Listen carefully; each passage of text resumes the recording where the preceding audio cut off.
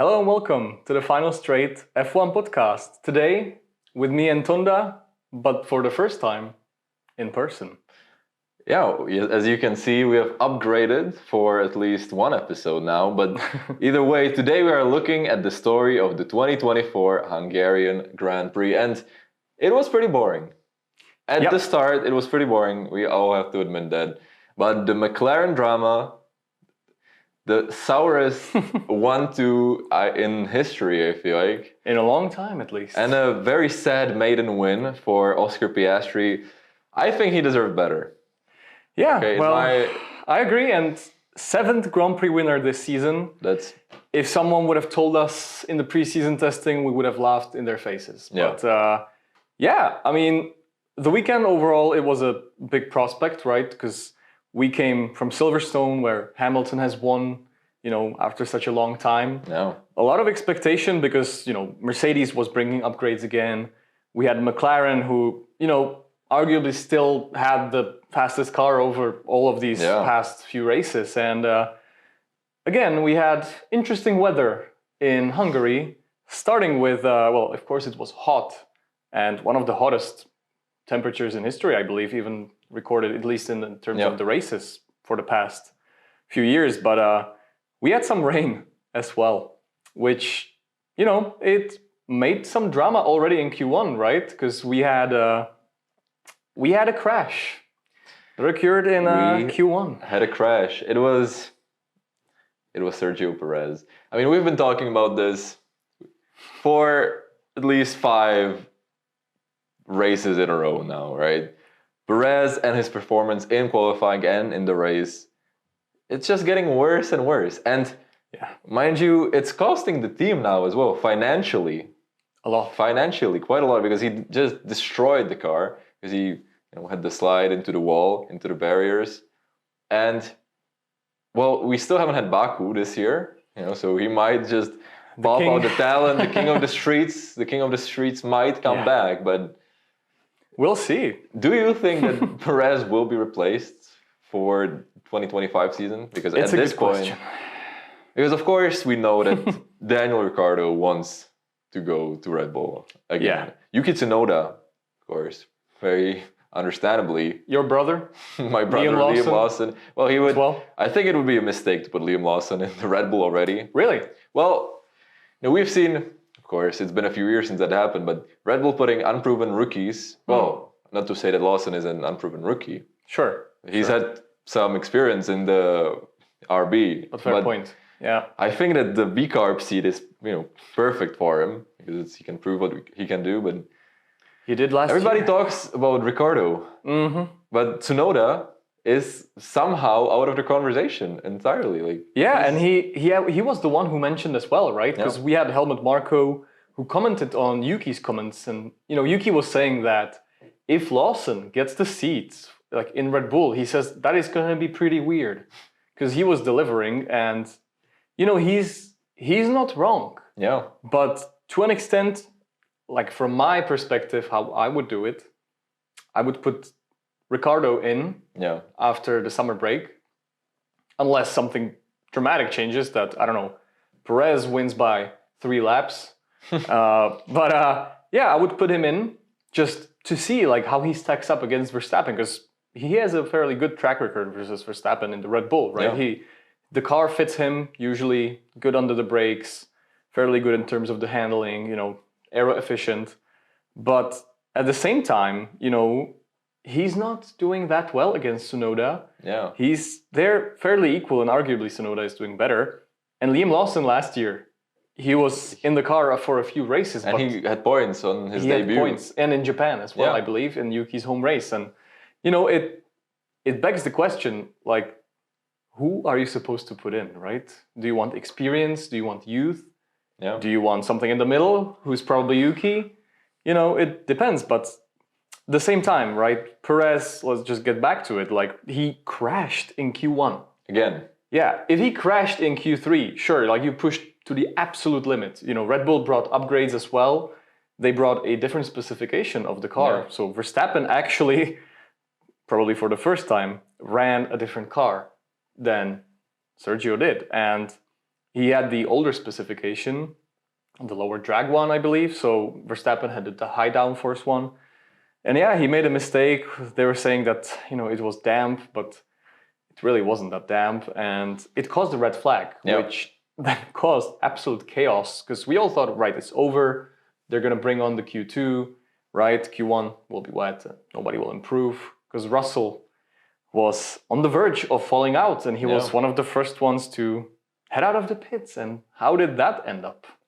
No, he didn't. I understand that they thought that the earlier you get the time, the better, because it's gonna changing conditions. But then everybody just kept on improving, and Russell just didn't have a good weekend at all. But I agree with your point that I think that Perez should be replaced by, and during the summer break probably. I don't know if Ricardo is the right call. Maybe give Tsunoda a shot, but let's be honest. Like none of these three options would probably do a worse job than Perez. No, I agree. And he's even lower in the standings. He's 7th. Of course, they don't have the strongest car anymore, but they did at the start of the season, and even still. Verstappen proved it, right? Yeah. He's in the lead with over 70 points. Verstappen, amazing job, right? In terms, whenever the car was up there, he delivered. And there's no question about it. And Perez, exactly as you say, he fell behind Hamilton, who, if you look at Mercedes, they had a terrible car at the beginning of the year. Like it had no right to even be on the podium, and Perez should have banged in the results while he could. Now it's too late. Now it's too late. Exactly. Also, not to become the "We Hate Sergio Perez" podcast, because we are not. We don't. We are fans, of course. Everybody is a fan. But Yuki Tsunoda also crashed later on. Yeah, sadly, in Q3. Unfortunate spin and went into the barriers. But another either way, red flag. another red flag. Another crazy moment because it caused chaos again, and it was a very weird crash with Yuki. Because I looked at the onboard, right?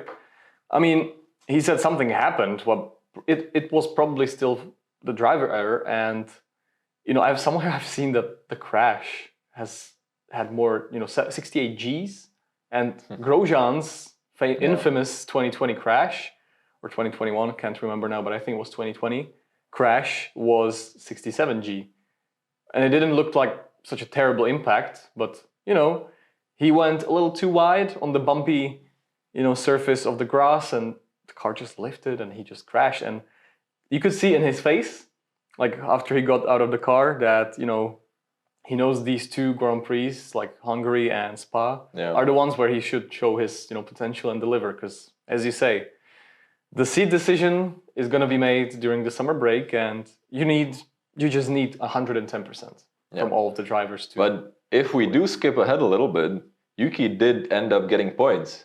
He ended up P9 with a one-stop. Like he really managed those tires, and he ended up being 9th. Yeah, and he was injured from the crash. You could see him limping out of the car. Out of the race. Oh, I haven't seen that. Yeah, jeez. He was probably in pain the whole race as well. I mean, wow. I mean, if you're in pain, it just multiplies in the car, right? Because you're bouncing side to side, and you have to stomp on the brakes. So if his leg was hurting, then even more props to him. And as you say, one stop. He was, I think he was like the only one, or one of the only ones who did a one stop, but he managed, and he scored points. He was P9 or P10, I believe. P9. So on the contrary, Ricardo, despite technically out qualifying Tsunoda, he had the same tires from the beginning. But this was such a weird strategy. They just boxed him so early. They boxed him in with the soft runners. And then they basically just ruined his race. They left him in the traffic, and we know the RB is a slow car on the straight, like compared to the other cars. And Hungary is no circuit to overtake unless nothing, because we've seen that the overtakes, you must have a really huge delta to the cars ahead of you. You must be a lot faster. But it was such a blunder from my perspective. It was a shame because Ricardo had a good pace. But it was a mixed bag for the V-Carb team. But they weren't the only team with a bit of drama between the teammates because, of course, as we all know, at the end of Q3, the papaya McLarens lined up P1 and P2 on the grid with Max Verstappen right behind, and Lando Norris was on pole. And, of course, we've heard that Charles Leclerc sticks in on pole, but then usually Max Verstappen wins. But as we've seen now, Lando Norris starting from pole isn't the best either. Yeah, he hasn't converted a single pole, I believe. He's lost the lead by the end of the first lap every time so far. That's a sad Which is thing. not the best statistic to have, but we saw it again. We saw Oscar Piastri going up on the inside, and Norris tried to cover him off, and Verstappen around the outside. Quite far, an ambitious out. move. A very ambitious we would call move. it. No, we're seeing Max Verstappen like we haven't seen him for years. Died in 2021, reborn in 2024. Exactly. I think everybody kind of forgot how angry he can get with the rulings. True. With the people are so surprised, right? Like to see, like, oh my god, like Verstappen is completely like he's raging. He's doing uncharacteristic things, and I'm just thinking back to 21, and I'm like, no, that's how I remember Max Verstappen. Yeah. For the past years, he had no competition, unless Perez decided to win 1 or 2 Grand Prix at the start and they get absolutely beaten the rest of the season. But yeah, as you say, we had a McLaren front row lockout after, what was it, like 12 years? Yeah. I believe. Last time it happened was Jenson Button and Hamilton, I believe in Hungary as well, probably. But yeah, they were, these two drivers were also separated by only like 24 thousandths or something incredibly low. And Verstappen was super close behind as well. Yeah. And I don't know if he got impeded a little bit by the red flag or not on his lap, or if he finished it properly when Yuki crashed. But still, the race was set up incredibly. Like when you were seeing the top 3, you just knew something was going to happen. And it did right in turn 1. And like Piastri got the lead. Norris fell back to P3. Yeah. Verstappen kept second, which was surprising because he overtook outside of the track. Quite far out of the track. He really, of course, I get it. He didn't want to turn in, but you have to give that back, and he did preemptively to avoid a penalty, but he wasn't very happy about it. And as you say, Oscar Piastri, I think he's really beginning to show what he's made of, and we've seen it in the sprint races and sometimes during the races as well. But his pace is unreal. He's really fast. He's really fast. It's pretty much matching Lando, or he has the potential to be. They're neck and neck. His only downfall, however, was the tire management. And my thinking was right. Well, that's when, Piastri might get away the first few laps, which did happen when Verstappen let Lando by. Lando wasn't still gaining on Piastri, right? And I was thinking, right, when is this, point gonna turn? Yeah. And when is Lando gonna reel in? Because Lando has like the opposite approach, right? He usually starts off slower and then he just starts to bang in faster laps and, treats the tires a little bit more nice. But Piastri managed his stints absolutely perfectly, except for the last one, which had certain things that happened in there. The last stints, so the McLarens are 1-2. Yeah. Norris is like 1.5, 1.4 seconds behind Piastri. And it's lap 40 or something. So far, it's been a pretty okay race. We see Max Verstappen raging from time to time. We had at least some strategy calls. Some strategy calls. Good. Ferrari are doing better for once. Yep. They're running P4 and P6. But then, there is another pit window. And for some reason that nobody knows probably, and now McLaren is trying to find, they decide to pit Norris first to cover up Hamilton, who was like 6 seconds behind him, and had a different strategy. He was on the hards as well. He was fighting Verstappen. Yeah, and they undercut his teammate.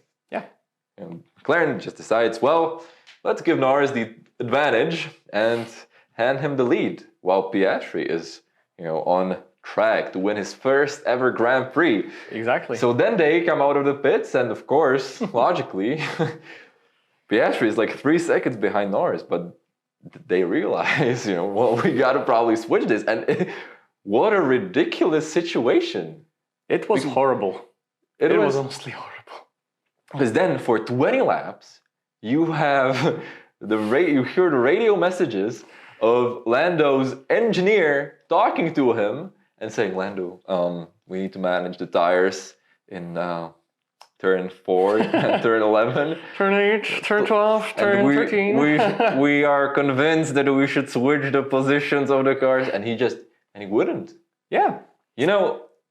I understand making a mistake or making a bad strategy call. And then, okay, let's switch back. Sure. Of course, it shouldn't have happened in the first place. It was a terrible position to put the drivers in. Because, of course, Norris, he has 1 Grand Prix win. It's not like he has 20 and exactly. This is just another And let's one. not forget, he's the only one who's close. That's an overstatement. He is a but runner-up he's second in the championship, right? Yeah. So if McLaren wants to fight for the Drivers' Championship, I think Lando is the choice that has the most real chance, right? So, but then you have Oscar Piastri, who was leading the Grand Prix after gaining the lead on track, and now he lost it because of the strategy goal. And of course, he would want it back, but then Norris just wouldn't budge. And I understand that he would be reluctant. But I think he made it so much worse by prolonging it for the 20 laps. Because if he did it immediately, people would say, oh, okay, well, strategy call, whatever, just slow down for a bit. Yeah. But like this, he created the gap, he extended. He was 6 seconds ahead of Piastri. He was arguably faster. And he did it on purpose. He did it on purpose to, he made a statement. Yeah, but true. But it caused so much more drama than was necessary. And to be fair to Lando, he did come on record saying that he regrets, not letting Oscar. Oh, he said it after. Yeah, he did. He said that he should have let him pass earlier. Well. But now you have Oscar Piastri, finishing first after all. His maiden win, but he wasn't even happy on the radio. If you listen to it, he's like, yeah, thank you guys. It was a Kimi Raikkonen style it's a nice drive, but sorry about making it more complicated. And this guy, I'm not saying that Lando is the villain here. It was a bad strategy call by the team, but still, it doesn't. It's just To be honest, my perspective on this was, to an extent, it reminded me of Singapore 2019, of where Leclerc was fighting, Leclerc's teammate in Ferrari was Sebastian Vettel. Right? And they were fighting the Red Bull of Verstappen and Mercedes, Hamilton, maybe Bottas. But the thing was, the undercut was so strong, and Leclerc had the pole. He was leading because, we know in Singapore you don't go full pace. Yeah. But they let Vettel first to the pits, right? Because Leclerc had a bigger margin, and Vettel at that time, he didn't have much margin to Hamilton and Verstappen. And he put in such a great in-lap that he was first.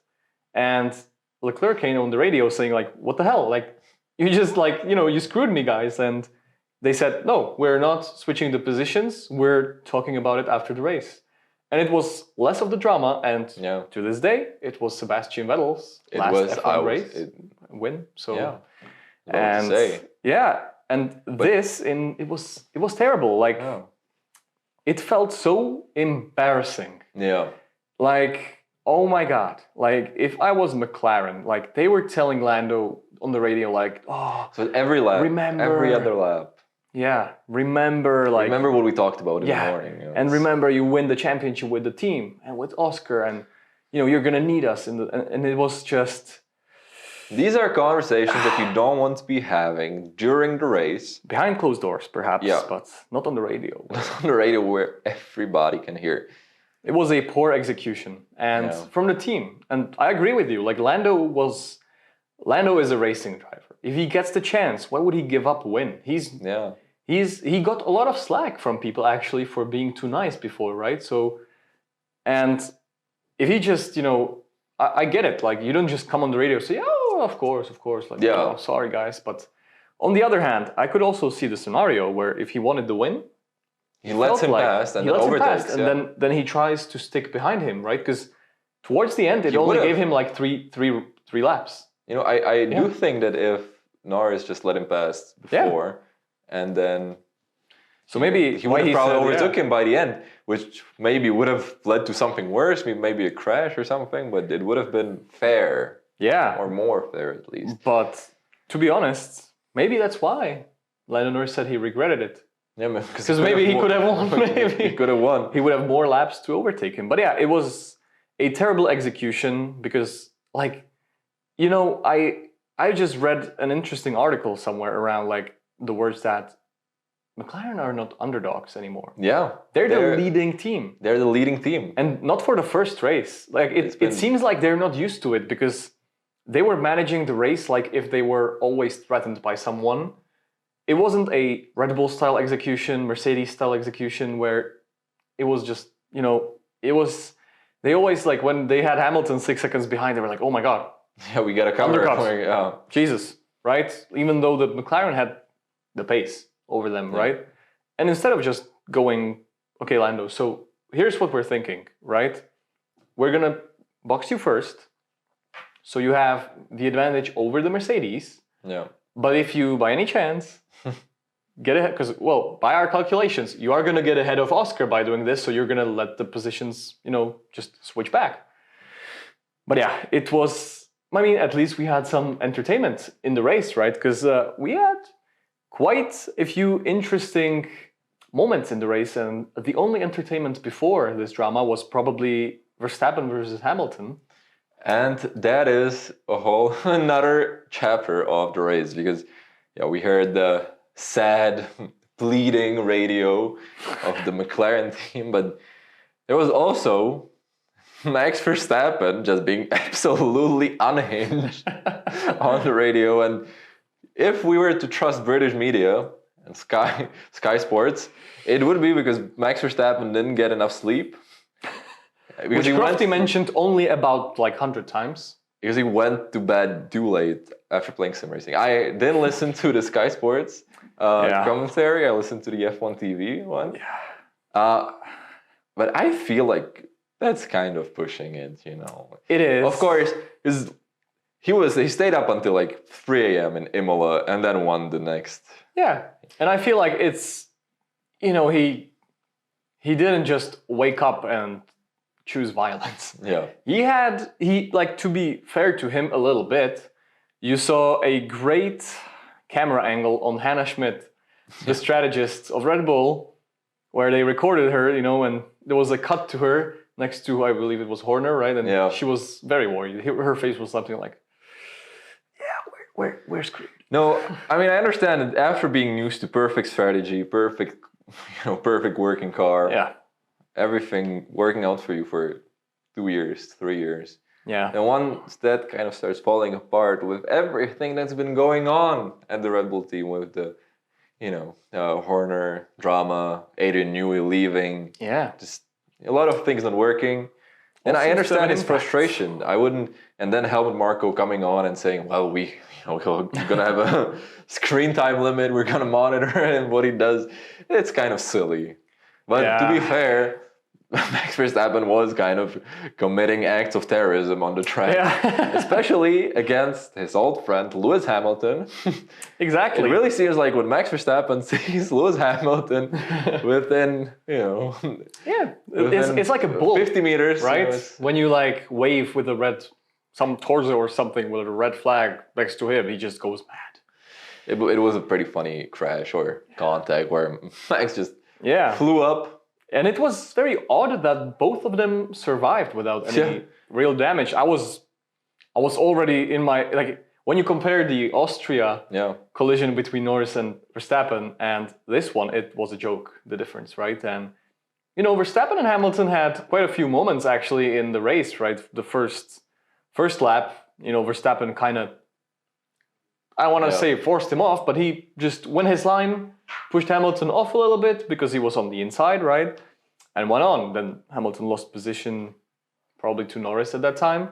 And the second time it was, the switcheroo where Max went very, he tried to go around the outside and Hamilton got his line.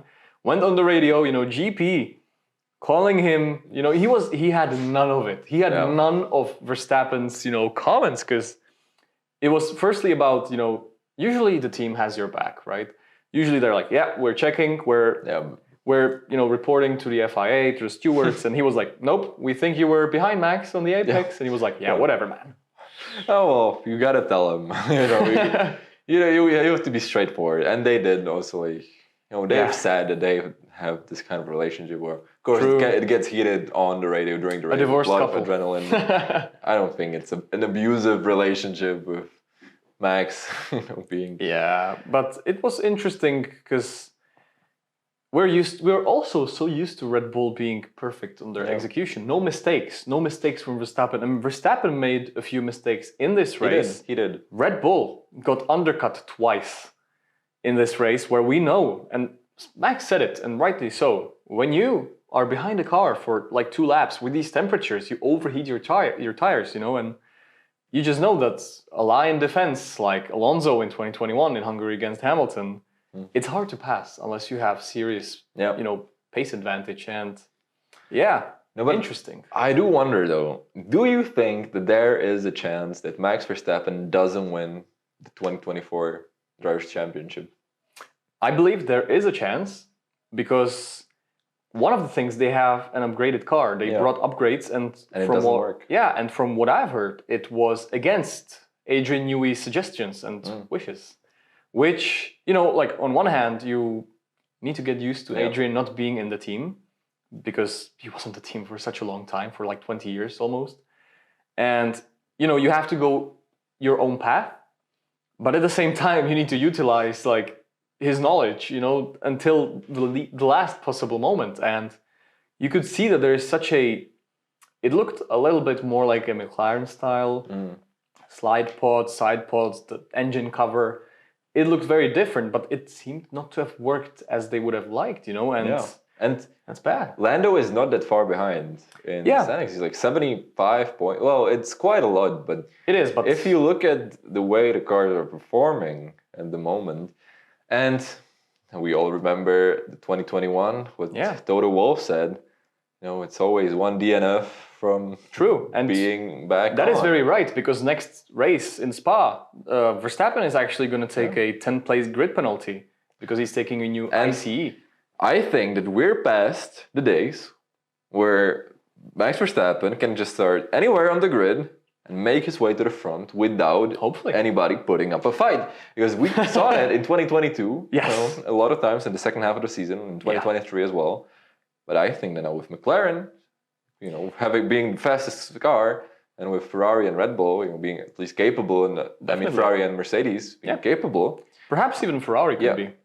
He will be happy if he goes on the podium. Yeah, and I think that will be quite a feat. And but the point is also he has to fight the cars. He has to go wheel to wheel. And as we see, Max he's starting. I don't want to say crack under pressure, but he's when he's forced to fight other cars, there are more chances for him to make contact on the limit. Yeah, more. He doesn't care about anything. And there's a chance for damage, for a DNF. And then if Lando Norris keeps up his performances, then I think there is a real possibility of Max Verstappen not winning. His thinking. And how crazy is that, by the way?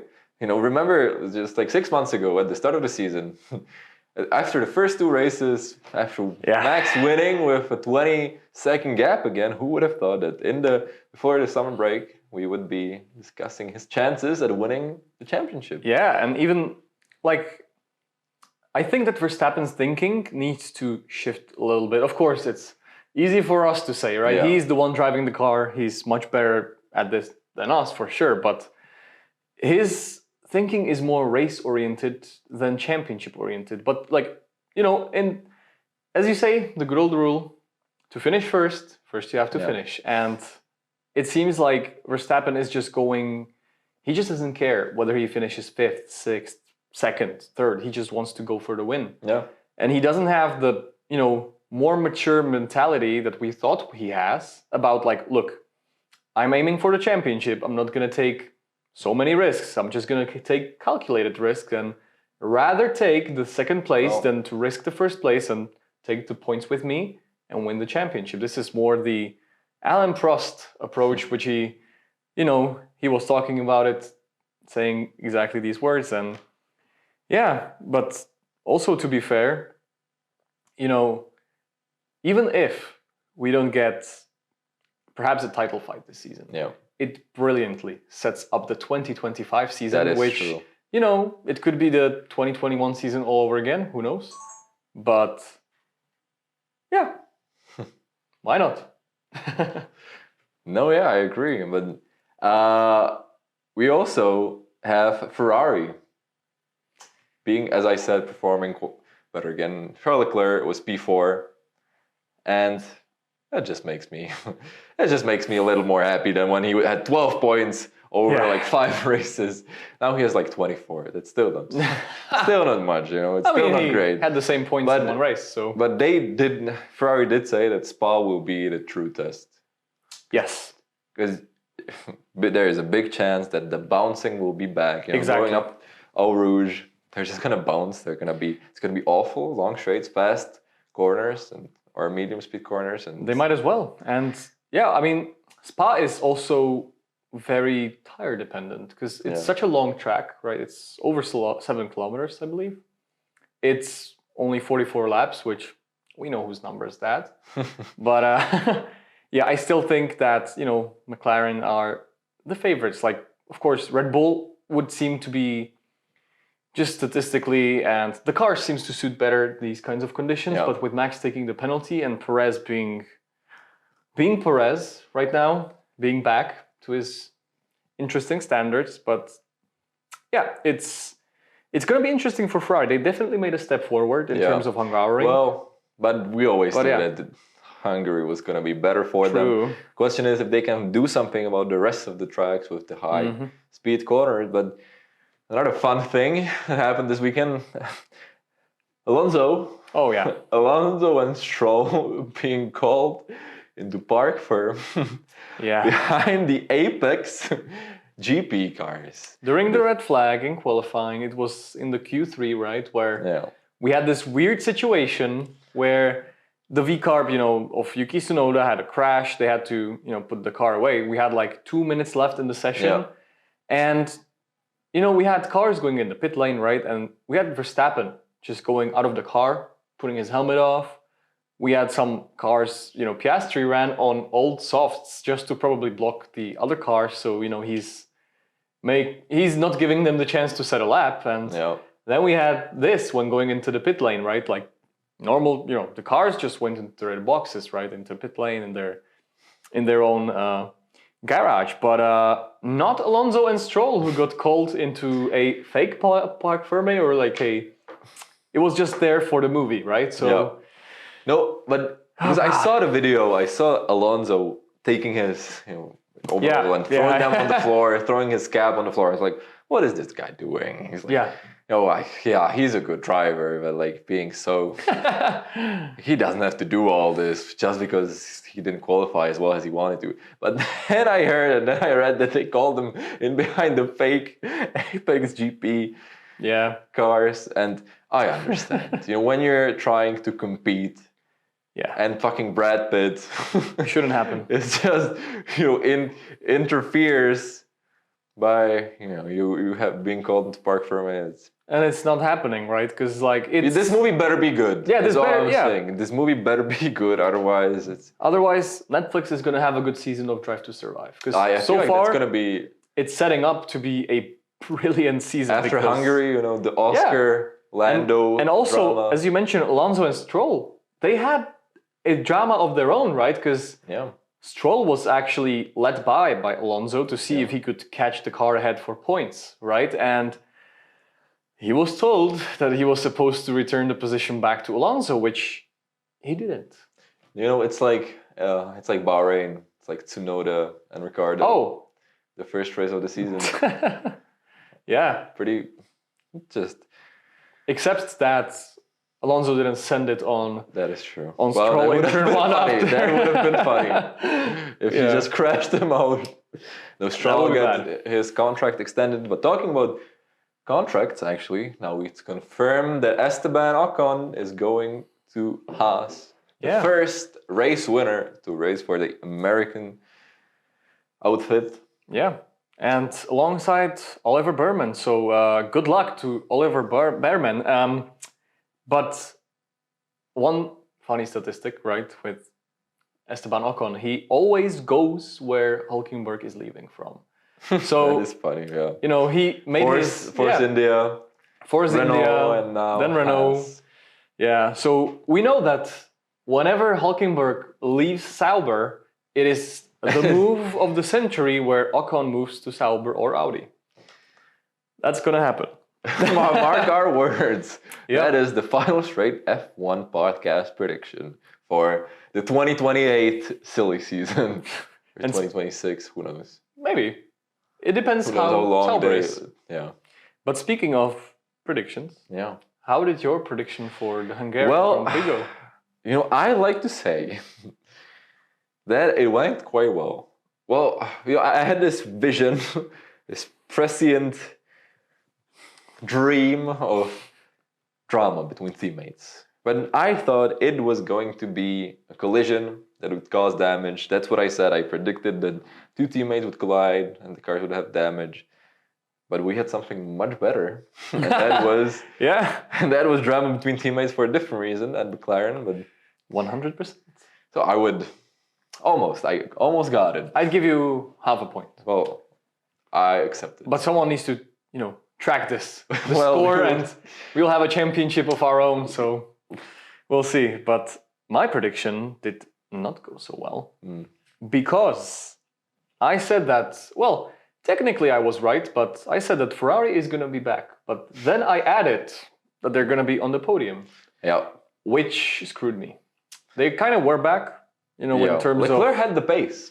He had the pace. He was pretty fast. And the tire management, surprisingly. But they did box very early on the mediums. On the last because they were covering off Hamilton. Everybody was covering off Hamilton. Yeah, it seemed like, he wins one race and suddenly everybody's afraid Logan again. Sargent needs to cover off Hamilton. Just, make sure he doesn't lap him 4 times. Just 3 times. So, yeah, that's a joke. But, predictions didn't go as best as they could. But what would you predict for the Belgian Grand Prix for Spa? So far, I've been doing pretty well. I predicted Oscar Piastri to win Silverstone, missed it by 1, but now Spa. Well, let's see. I think that George Russell will be on the podium. George Russell on the podium. That is my bold. All right. After 2 bad races, I wish him well in Belgium. Okay. I predict that Verstappen, when coming through the field, he will have at least 1 crash with someone or contact. That will be... That might be a very safe bet, but we'll... Might be, might not. We will see. If it happens, I bank the points, and thank you very much. But we'll have to see, because it's already coming. It's already coming up. And then it's the summer break, right? And then it is. We'll have to figure out some alternate programming for us. We'll see. But we also have to rate the Hungarian Grand Prix from 1 to 10. What would you say? Honestly, the race or the whole weekend, I would say it was a 6. Yeah. Because I agree. It was definitely no Monaco, where, nothing happened. Nothing happens, start to finish. We had some interesting strategies. We had some interesting battles as well. Yeah. It was pretty good to watch, but, not much track action except for Hamilton and Verstappen and perhaps the 2 McLarens having their own but I don't day. think that makes up for it doesn't. So it's a 6 from me. What about from you? I would agree with the 6. Okay. And who would you go for as your driver of the weekend? From the top teams. This is hard. It definitely is. From the top teams, because of course, the 2 McLarens, they did a very good job. They qualified well. But then, Lando Norris, he was very fast, but just because the last 20 laps, I don't think it can be him. Oscar Piastri, on the other hand, he was very good. He overtook Lando Norris, but then also the last stint, he was kind of, he Fell off. He fell off. I might have to go with Lewis Hamilton again. Wow. Because he really did have a very good race. He did. Kind of went unnoticed because of everything else. It did. But, he defended from Verstappen. Very true. He made up places in the start. He overtook the Ferrari, the McLaren briefly. Yeah, he was holding his own with the mediums at the initial stint, and he had a very solid race. He didn't let Verstappen through, which it's very difficult when Verstappen is sending it on you. But he's used to it. Yeah, he's probably used to it. Who would your top team driver of the weekend be? For me, it's Oscar Piastri. Yeah, I feel like it's probably I'd agree with you as well. I was saving him for you just so we wouldn't have the same one again. But of course, we have to hand it to Oscar Piastri because maiden win. Yeah, maiden win, and I think we should say it again. The drama, the strategy, it doesn't take away from his performance because he really is a very worthy contender. Exactly. I'm gonna say world championship material, quite possibly if. Yes, and it proved only that he actually made a step forward in terms of his racecraft and tire management. Mm-hmm. Lando, we would expect Lando to get past quickly and at least to he could technically overcut him or undercut him. It's that happens, but I still thought that on pure pace he's gonna fall off, and he didn't. He actually was there on pure merit. He made the move in turn 1. He had a solid start. Yeah. He wasn't gifted, that race win. So no. And his emotions were not that great in terms of even the podium celebrations were. Have you seen the cool down room with Norris and Hamilton? Norris and Hamilton, just to quickly go over that, saying, "Well, your car was fast 7 years ago." Hamilton was just trying to diffuse the tension. That was salty. That was salty. Yeah. But what about your bottom midfield driver? For me, despite the crash in qualifying, it must be Yuki Tsunoda. In that car, he really delivered. He managed the tires. I'm not going to say Nico Hülkenberg again. Nope. No, it's Logan Sargent. Oh, you had Logan Sargent. Last time. That was an interesting one, to say the least. But Yuki Tsunoda, I have to agree for our seal of approval, final straight F1 podcast. And overall, I'm really happy with the races where, the season. The season is getting better. We're getting a lot of variety, right? It is. Great races. We bad have races, great races. Yeah, bad races. But we still have, of course, we have... 7 winners. I think 7 winners in 13 races or 14 or whatever it is. And 7 times Verstappen. Is a testament to... Still. Yeah, it's incredible because we didn't have that probably in so many years. I don't know if ever, I don't know how bold to go, but 7 races, 7 race winners in, before the summer break, it's pretty incredible. Feels 2012. We've said it, but we could still see an 8th. Who would you okay, so this Perez is has to win at least once. So you think Perez could win the next race or be the 8th race winner? Yeah, across the second half of the season, there are some street circuits. Yeah, some, a few. But let's hope that the rest of the season shapes up to be as good as the first half. Yeah, we're having a lot of fun. This is exactly you guys are having fun as well. What is about. So we will be looking forward to discussing after the Belgian Grand Prix. And thank you very much for tuning in this, special environment this time. And maybe next week we will have exactly the same in the Belgian Grand Prix. See you guys. Thank you and take care. See ya.